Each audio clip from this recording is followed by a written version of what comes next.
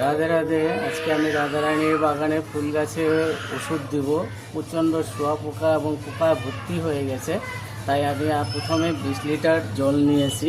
কারণ যেহেতু আমার গাছ অনেক বেশি, আপনারা চাইলে সেই পরিমাণ মতো আপনাদের গাছ হিসাবে আপনারা জল নিতে পারেন। আর যে ওষুধটা আমি দেবো সেটা হলো সম্রাট 70। এটা এরকম বন্ধুরা আমি কেটে নিলাম, কেটে এখন এটা ঢালবো, ঢেলে দিচ্ছি।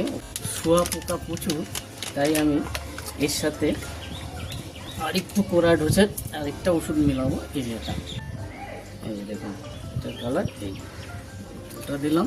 এখন ওষুধ যখনই আপনারা দিবেন তখন একটু মাল্টিভিটামিন দিয়ে দিবেন। তাতে কি হবে, আপনার এই যে গাছটা দেখছেন, গাছটা আপনার দুর্বল হবে না। এই ভিটামিনটায় গাছটাকে সতেজ রাখবে। ভিটামিনটা দিয়ে দিচ্ছি পরিমাণ মতো, আপনাদের গাছের হিসাবে আপনারা দিবেন। যেহেতু আমার বেশি গাছ, তাই আমি বেশি পরিমাণে দিচ্ছি।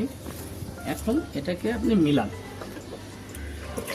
এখন যখন আপনারা গাছে ওষুধ দিবেন তখন একটা মাস্ট এরকম আমি মাস্ক পরে নিয়েছি। এখন আমি এই স্প্রে বোতলে আমি ওষুধটা ঢোকাই, কারণ ওষুধের খুব ঝাঁজ আছে। আপনি যদি মাস্ক না পরেন সেক্ষেত্রে আপনার নাকে ঝাঁজ লাগবে এবং শরীরের ক্ষতি করবে।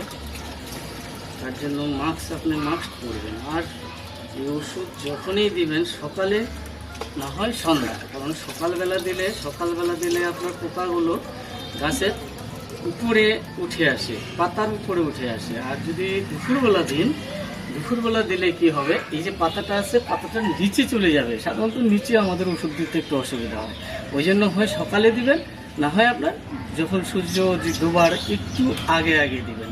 দেখুন আমার ওষুধ বড় হয়ে গেল, এখন আমি স্প্রে করবো গাছে। বন্ধুরা আমি এটাকে হাওয়া দিয়ে নিচ্ছি। এখন আমি গাছে ওষুধ দেবো। এটার আপনাকে অ্যাডজাস্ট করে নিতে হবে। অ্যাডজাস্ট করে নিলাম। দেখুন আমি গাছের মধ্যে ওষুধ দিচ্ছি। দেখুন বন্ধুরা, শুঁয়াপোকা বক ফুল গাছে ভর্তি হয়ে গেছে। এই দেখুন, এই যে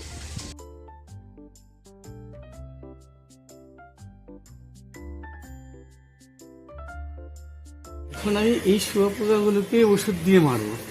এখন ওষুধ দিলে পরে ওরা কীরকম নিচে পড়ার চেষ্টা করবে, সব নিচে পড়ে যাবে। খুব এক গাছ থেকে এক গাছ দ্রুত সরায় এটা, না হলে ওষুধ না দিলে পরে আমার গাছ খেয়ে শেষ করে দেবে। দিন আগে আপনাদেরকে দেখিয়েছিলাম গাছটা, তো পাতা ভর্তি ছিল। এখন দেখুন একটা পাতাও নেই। আপনাদের বাড়িতেও যদি এরকম শুঁয়াপোকা ধরে, আপনারাও এই ধরনের ওষুধ এইভাবে ইউজ করতে পারেন, তাতে আপনার শুঁয়াপোকা একদমই থাকবে না।